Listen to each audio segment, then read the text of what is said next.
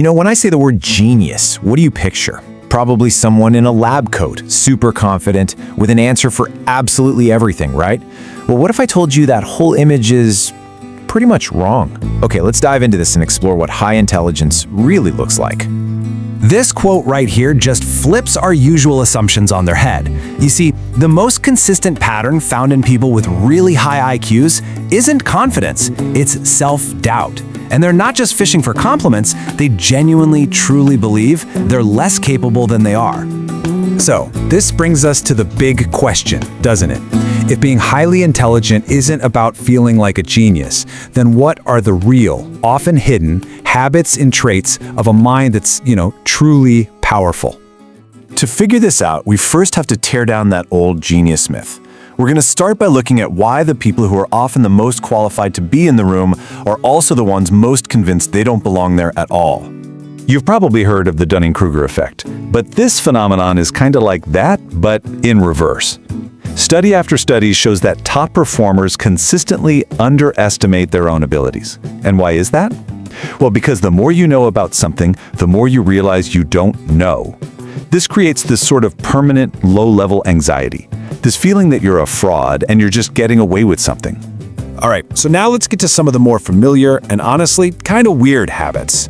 These are those everyday quirks that just might be signs of a brain that's wired a little bit differently than most.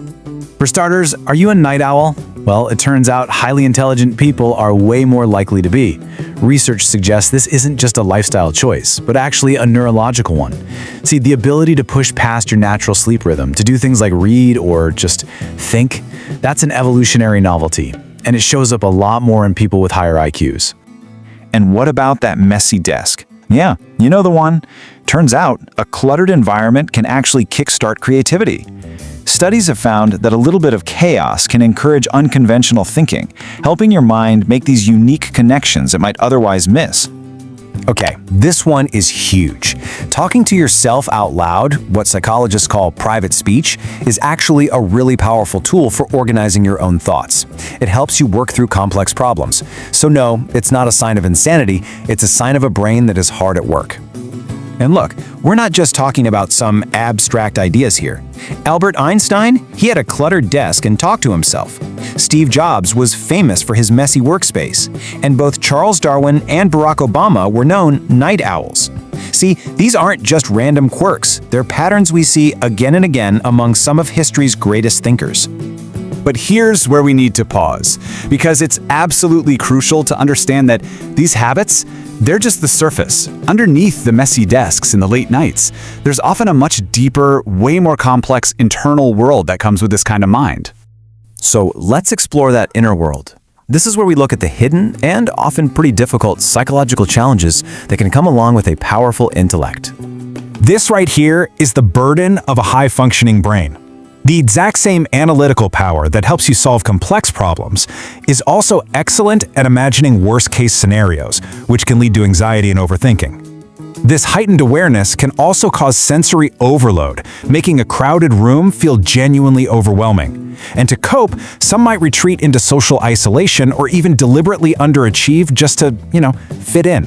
And it's so important to note that giftedness isn't just one thing. It's a spectrum. You have some individuals who are what experts call exceptionally or profoundly gifted. We're talking IQs over 150. And then you have others who are twice exceptional, which means they're gifted but also have a learning disability. It's a really complex profile. Okay, now for a surprising turn. We often think of genius as these flashes of intuitive brilliance, right? But the science tells a very different story about how those creative breakthroughs actually happen. So, what do you think it is? Is creative genius this spontaneous flash of insight, a feeling or a hunch, or is it something more logical, more deliberate, more systematic? So on one hand, you have the intuitive style. It's fast, it's automatic, it's based on gut feeling. And on the other hand, you have the rational style, which is slower, more analytical, and step-by-step. For the longest time, we've kind of believed that creativity lives entirely in that first, intuitive camp. But in 2020, researchers decided to really put this to the test.